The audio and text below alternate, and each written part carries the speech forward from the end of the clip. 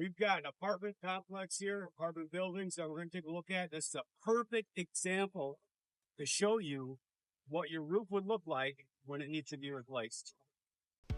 As you can tell, there's a lot of granules that wound up in the gutter here. This is not good for the building. It's not good for the gutter. It needs to be cleaned out.